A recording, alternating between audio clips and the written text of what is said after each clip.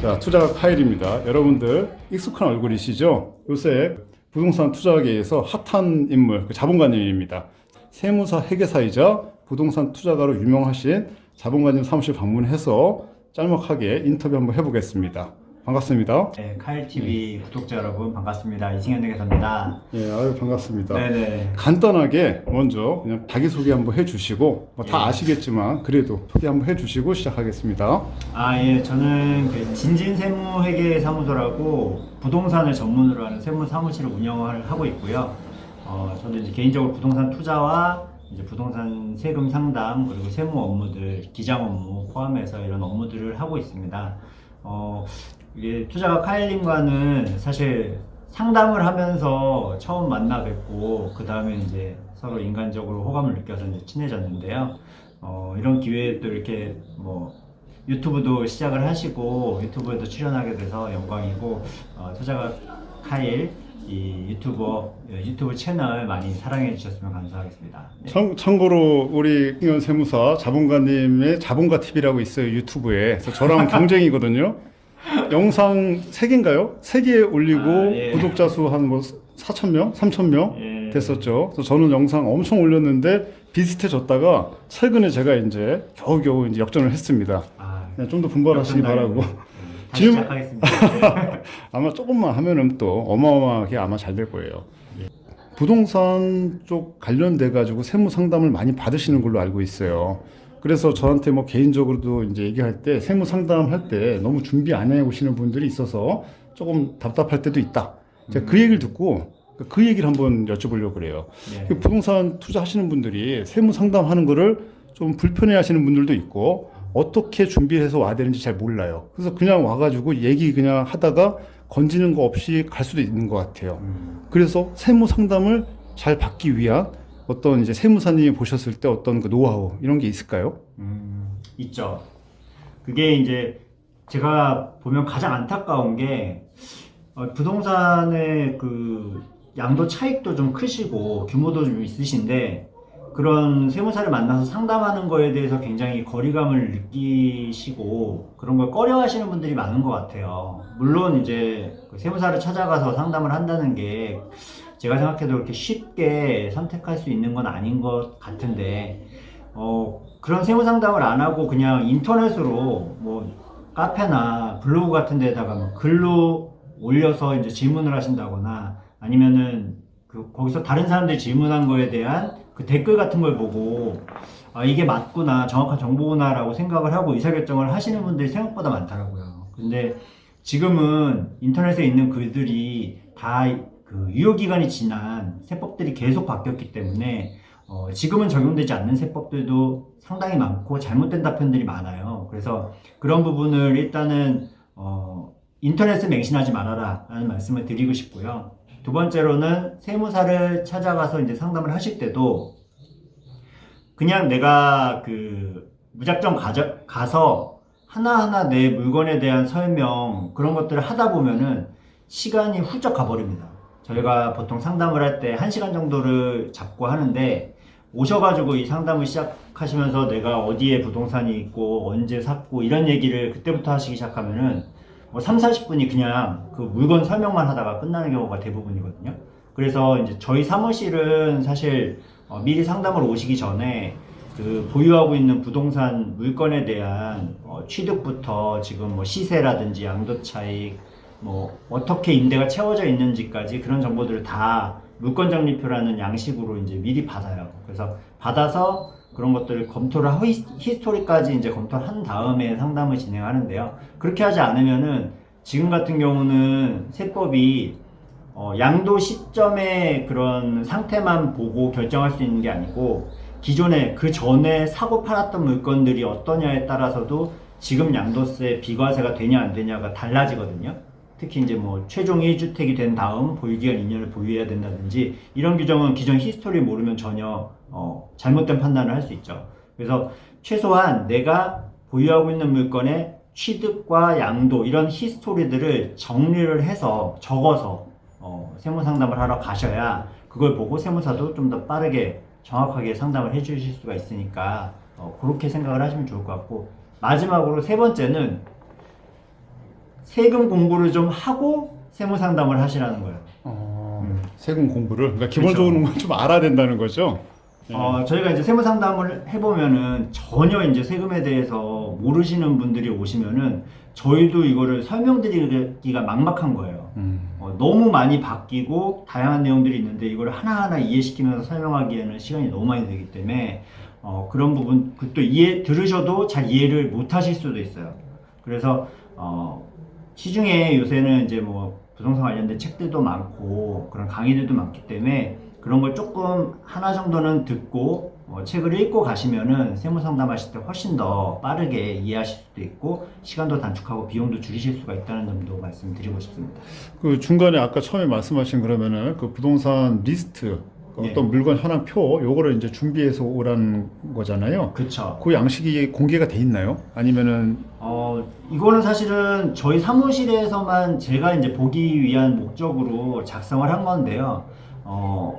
뭐 다른 데 가실 때도 비슷하게 작성을 하실 수 있을 것 같아요. 거기에 이제 들어가야 될 정보들이 일단 물건지에 대한 주소지, 정확히 동호수까지 적고, 그 다음에 언제 취득했고, 몇 월 며칠 날 취득했고, 얼마에 취득했고, 그리고 지금 그게 임대사업자를 등록을 해놨는지, 해놨다면 몇 월 며칠 날 등록했는지, 이런 정보들이 필요하고요. 또 저 같은 경우는 이제 투자와 관련돼서 좀 엮어서 상담을 드리기 때문에 거기에 대한 대출 정보라든지 임대차 계약 정보 이런 것들도 같이 적어달라고 말씀을 드리는데 그런 것까지는 아니더라도 기존의 보유 물건들의 취득 시기와 취득 가격, 양도 시기와 요새 이제 양도 가격이나 시세 이 정도는 알아야 저희가 계산이 좀 쉽죠. 그러니까 세무 상담 받기 전에 정확한 물건 현황표는 좀 준비해서 오셔라. 네. 요 얘기이신 것 같고 그리고 기본적으로 너무 모르면 안 되니까 그래도 기본적인 거는 조금 공부해서 오셔라 이 얘기 같습니다. 네, 맞습니다.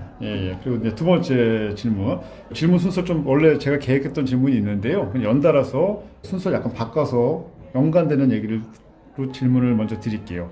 세금 공부를 좀 하라 그랬는데 네. 하라고 그러셨는데 그 일반인들 그리고 부동산 뭐 초보 투자가들이 부동산 세금에 대해서 너무 요새 복잡하잖아요. 좀 쉽게 공부할 수 있는 방법이 추천되는 방법이 뭐가 있을까요? 사실은 부동산 책을 한 권 읽으시는 것도 좋아요. 이게 기본 체계를 잡는 데는 책으로 좀 읽고 공부를 하시는 게 좋은데요. 이 책이라는 게 저도 이제 책을 발간을 해서 이제 개정판을 내고 있지만 책이 나온 시점이랑 세금이 계속 바뀌면서 이 나온 책들도 다 내용이 틀려져요.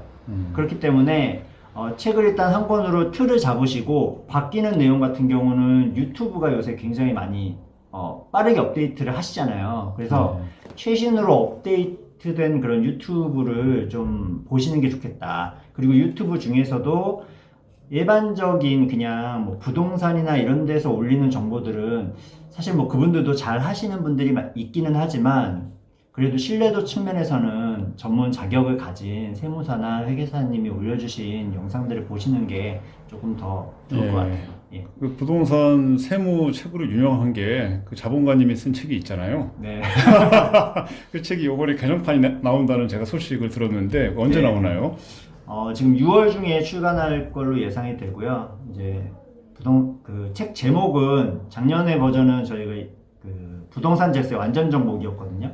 그런데 올해 책 제목은 지금 출판사랑 다시 협의 중이에요. 이걸 그대로 갈지 아니면 조금 바꿀지. 그러니까요. 6월 중에 저는 이 부동산 세무 책이 너무 좋은 것 같아요. 세법이 자꾸 바뀌니까 네. 책을 계속 새로 내줘야 돼요. 그렇죠. 그리고 사는 사람들도 계속 똑같은 책을 새로 사줘야 돼요. 맞습니다. 네, 부럽습니다. 저도 그 작년에 여담인데 책이 나와서 우리 자본가님 책 옆에 서점 가니까 진열이 돼 있는 거예요. 내가 너무 그 기분이 좋아가지고 그 사진을 내가 자본가님한테 보냈어요. 네. 자, 그리고 이제 다음 질문 드릴게요. 네.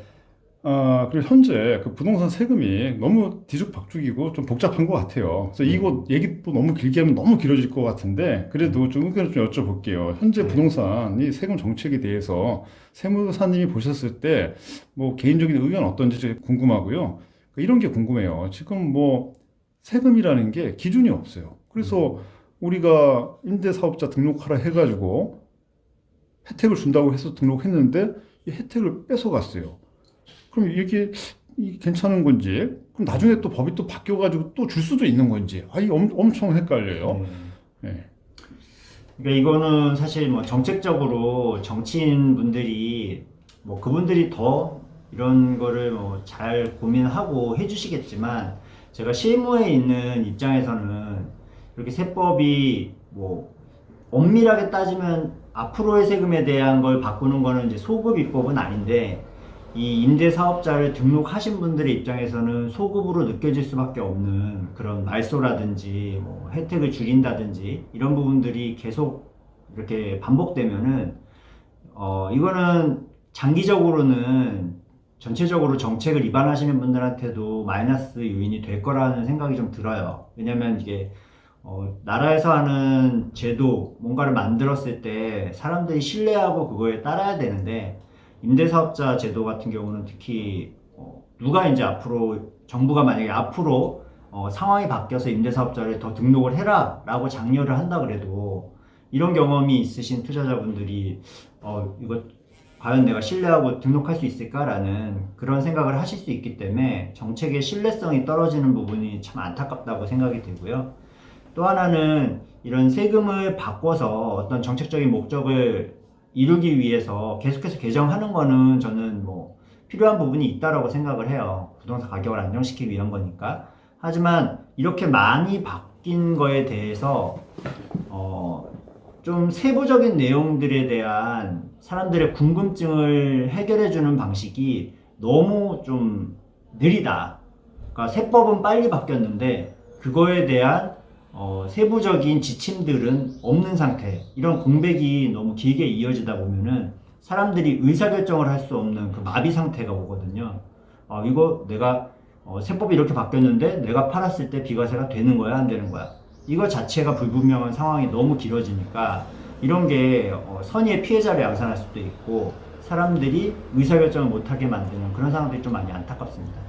그러니까 요새 뭐 보유세 높이고 양도소득세 높인다 그래가지고 증여를 많이 했는데 난 또 그런 생각도 들어요. 또 어느 순간 또 정부가 자기 마음대로 양도소득세 또 낮춰줄 수도 있을 것 같고 그러면 또 증여한 사람들이 괜히 증여했나? 이 생각이 또 들 수도 있을 것 같고 그러니까 이게 하여튼 중요한 거는 정부 정책에 대한 신뢰가 많이 지금 깨지고 있는 것 같습니다. 그럼에도 불구하고 이거는 뭐 제 개인적인 의견인데 그냥 밸런스 맞춰가지고 적당히 정부 눈치도 좀 보면서 적당히 투자하고 세금도 뭐 100% 절세할 수는 없는 것 같고 나는 선에서 절세하고 이렇게 좀 밸런스 맞춰서 투자하는 게 필요할 것 같습니다. 자, 그리고 여기 지금 진진회계법인이 위치한 데가 교대역이고 강남 노른자 땅에 이제 있잖아요. 좀 이제 상담 오시는 분들도 그렇고 고객분들이 강남 분들이 굉장히 많을 것 같고 실제로 또 투자를 하시니까 주위에 또 많은 그 부자분들을 좀 쉽게 만날 수 있잖아요. 이건 저 개인적으로도 되게 궁금한 건데 그 부자분들의 어떤 공통점 이런 거를 좀 캐치를 할 수 있나요? 그분들은 어떤 공통점을 가지고 있고 또 그분들은 또 그분들도 고민이 있을까요? 뭐 그런 것들. 일단 부동산 부자분들, 그러니까 부자분들 중에서도 저는 부동산으로 이제 좀 자산을 많이 갖고 계신 분들을 많이 업무적으로 상담을 하게 되는데 그런 분들 같은 경우는 특징이 일단은 세금을 굉장히 민감하게 생각하고 잘 알고 계세요. 일반인들보다 확실히 오셔가지고 이야기를 해보면은 내공이 느껴집니다. 부동산 세금에 대해서 관심도 많고 제가 어떤 말씀을 드려도 그게 왜 그런 건지 그런 부분들을 잘 캐치해가지고 예리하게 물어보시는 경우가 많고요. 그런 걸 보다 보면은 이제 이분이 괜히 부자 된 게 아니구나라는 그런 생각을 좀 합니다. 그래서 세금을 모르고 부동산으로 부자 되신 분들은 제가 한 번도 못 본 것 같아요. 그래서 기본적으로 부동산과 세금은 뗄 수가 없다라는 부분이고요. 두 번째로 부동산으로 부자 되신 분들의 고민은 사실은 이제 상속증여예요. 내가 열심히 읽어온 이런 부동산들을 지금 상속증여를 하려고 보니까 세금이 너무 많잖아요. 그리고 갖고 계시려고 해도 종합부동산세라든지 이런 보유세가 너무 커지다 보니까 이거에 대한 고민이 정말 많으시고 어떤 분들은 내가 화가 나서 잠을 못 이룬다. 그거 부자지만 정말 행복한 부자가 아니네요. 네. 잠을 못 자면. 그렇죠. 그러니까 이런 세금이 막 얼마 몇 억씩 이렇게 늘어나고 한 거에 대해서 뭐 화를 토로하시는 분들, 부자분들 중에 그런 분들도 요새는 굉장히 많다라는 생각이 들고요. 그래서 그리고 부동산 부자분들은 의사결정이 굉장히 빠르다. 그래서 저희가 이렇게 상담을 해서 이렇게 하는 게 이제 세금적으로 절세가 됩니다. 라는 게 이제 숫자적으로 딱 보여지면은 선택을 굉장히 빨리 하세요. 그럼 하겠다. 뭐 증여를 하겠다든지. 투자할 때도 빠르지만 예. 예, 세무 절세하는 거 선택할 때도 이제 빠르다. 이제 그런 그쵸. 말이네요. 예. 그래요. 그리고 이제 마지막 질문. 예, 다주택자들이 현재 네. 상황에서 투자할 때 별로 없잖아요. 네. 예, 근데 뭐 투자도 하시고 투자가들 많이 만나시니까 현 시점에서 다주택자들이 투자하기 좋은 어떤 방법 이런 게 있을까요? 그쵸. 이제 사실 세금이 너무 많이 강해져서 다주택자분들이 야 이거 뭐 이제 할 게 없다. 그치. 부동산은 이제 더 이상 할 수가 없다. 뭐 사면 취득세가 엄청나게 나오고 12%씩 나오고 보유세도 걱정이고 다주택 양도세도 뭐 70% 이상 나오니까 할 게 없다라고 말씀을 하시는데 그래도 다주택자분들이 지금 하고 계신 것들을 보면은 그 틈새 시장을 굉장히 빨리 찾으세요. 근데 대표적으로는 요새 입주권과 분양권, 입주권과 분양권을 투자하시는 분들이 굉장히 많고요. 다주택자분들도 기존 포지션을 좀 정리하고 그 다음에 이제 좀 똘똘한 한 채 형태로 입주권 분양권으로 가시는 분들이 많은데 입주권 분양권 같은 경우는 이제 취득세가 일단은 입주권은 토지만 남은 상태에서는 토지 취득세인 4.6%만 물게 되니까 부담이 없고 또 보유세도 신축으로 완성되기 전까지는 종합부동산세를 안 내죠. 그래서 그런 부분들이 유리하고요. 기존에 주택이 있으신 분들도 분양권과 입주권 같은 경우는 이제 일시적인 2주택 특례 조항들이 굉장히 그 일시적 2주택 기간이 3년 정도로 길고 3년 이후에도 이제 또 비과세를 받을 수 있는 그런 특례들도 있어서 이런 거를 잘 활용하시면 새 아파트가 될 그런 분양권 입주권을 미리 선점하면서도 보유세랑 취득세, 양도세까지도 이렇게 좀 비껴나갈 수 있는 부분들이 아주 많이 있다라고 생각이 들고 그 외에는 이제 뭐 공시가격 1억 이하의 뭐 지방 물건들 이런 것들을 뭐 법인으로 투자하시는 분들도 있는데 요거는 진짜 좀 선수의 영역인 것 같아요. 그렇죠. 그래서 매도 타이밍을 잘 잡고 나와야 되는 그런 부분이 있어서 그런 투자도 많이 하시고 또 오피스텔 투자 법인을 통한 오피스텔 투자주 굉장히 많으세요. 네, 오피스텔 같은 경우는 주택으로 사용하고 있더라도 취득하실 때 취득세가 4.6%만 내면 되고 또 보유세도 이게 주택으로 쓰고 있어도 재산세가 상가로 나오게 되면 종합부동산세가 안 나옵니다. 그래서 그런 형태로 이제 보유하다가 매도하겠다라고 계획하고 법인으로 오피스텔 투자를 하시는 분들도 굉장히 많죠. 그 오피스텔 투자하시는 분들 얘기 들어보면은 주택으로 써도 재산세가 상가로 나오기 때문에 네. 재산세는 나와도 이제 종부세에는 합산 안 되는 경우가 실무에서는 많다. 이렇게 얘기를 하시던데 그게 맞는 거죠? 예. 그러니까 대부분의 오피스텔은 기본적으로 상가로 재산세가 나옵니다. 그럼 종부세가 안 나오겠죠. 그런데 이제 주택으로 재산세가 나오는 케이스는 한 두 가지 정도밖에 없어요. 내가 구청에다가 주택임대사업자를 등록을 하거나 오피스텔을 그러면 주택으로 나와요. 그리고 또 하나는 내가 실제로 주택으로 쓰고 있다. 그래서 주택으로 재산세를 바꿔달라고 신청을 했을 때. 네. 그렇지. 네. 또 그렇게 하는 사람들이 옛날에 많았단 말이에요. 그렇죠. 예. 재산세만 놓고 보면은 상가보다 주택이 우리 뭐 한 3억대 이 정도로 비교하면 절반 정도밖에 안 되거든요. 맞아요. 그래서 요거 재산세 낮추려고 주택으로 변동 신고하시는 분들이 꽤 있었어요. 나도 기억해요. 굳이 그거를 이제 주택으로 해달라고 구청 가서 조르고 했었단 말이에요. 네. 예. 근데 지금은 이제 종부세가 엄청 커져가지고 또 바뀐 이게 거지. 완전히 불이익이에요. 네. 그러다 보니까 이제 그냥 상가로 재산세를 네. 조금 더 내더라도 상가로 하는 게 낫죠. 그러니까 이게 참 왔다 갔다 해요. 뭐 언제는 이랬다. 그래서 상황 보면서 투자자들은 이제 포지션을 잘 해야 되는 것 같고 오늘 뭐 제가 궁금한 걸 다 얘기했고요. 그리고 얼마 전에 네. 펜션 옆에 오르빛 정원이라고 아주 네. 아리따운 정원을 오픈하셔가지고 네. 제가 초대받아서 갔다 왔는데 와 나는 가서 깜짝 놀랐어 진짜 내가 기대했던 것보다 훨씬 좋아요. 아 그래요? 여러분 자본가님이 강주에 펜션을 가지고 있어요. 펜션 운영을 하는데 그 펜션 옆에 당일 가족 여행이 가능한 그런 정원을 이제 운영을 합니다. 오픈했어요. 그래서 제가 갔다 왔는데 거기 다 돼요, 다. 뭐 캠핑도 되고 고기 구워 먹을 수도 있고 애들 뭐 방방이도 타고 뭐 야구 축구도 할 수 있고 물도 있어요. 냇가가 꽤 잘 돼 있더라고. 그래서 애들이 가서 놀기에는 거의 그냥 최고의 그러한 여건인 것 같고 그걸 직접 만드셨다면서요? 그쵸. 자꾸 주변 지인들이 너의 본업이 뭐냐. 주말에는 항상 거기 가 있는 거예요? 지금 이제 오픈한 지 얼마 안 돼가지고 제가 네. 계속 주말에 가는데 뭐 언제까지 갈지는 모르겠습니다. 네. 그래서 이제 그런 이제 펜션을 저도 하나 갖고 싶은데 사실 제가 갖는 것보다 주위에 이렇게 그 자본가님이 가지고 있으니까 이제 그냥 계속 친하게 지내려고요, 그냥. 네, 그냥 빌려 쓰시는 게 더 편합니다. 근데 진짜 가서 너무 즐겁게 잘 놀았고 아이들이 놀기 좋게 돼 있더라고요. 여러분들도 한번 기회 되시면은 가보세요. 좋습니다. 네, 감사합니다. 네, 자, 오늘 인터뷰는 여기까지 하고요. 예, 마치겠습니다. 여러분 감사합니다. 네, 감사합니다.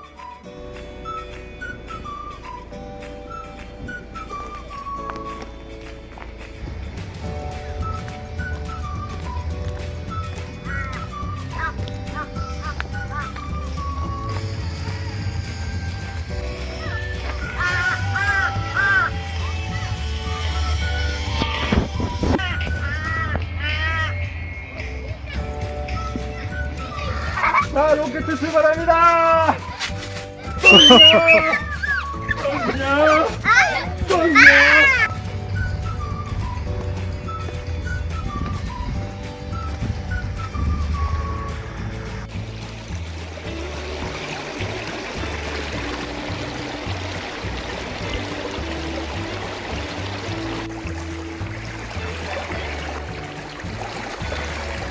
어떻게 우리 자본가님 네, 오늘 고기 굽느라 고생 많이 했는데 네. 여기 홍보 좀 해주세요.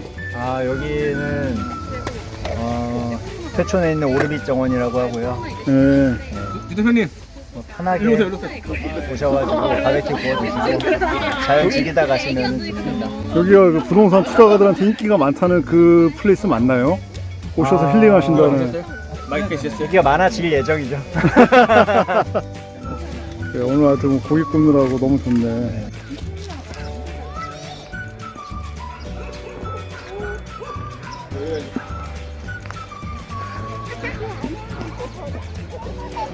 이모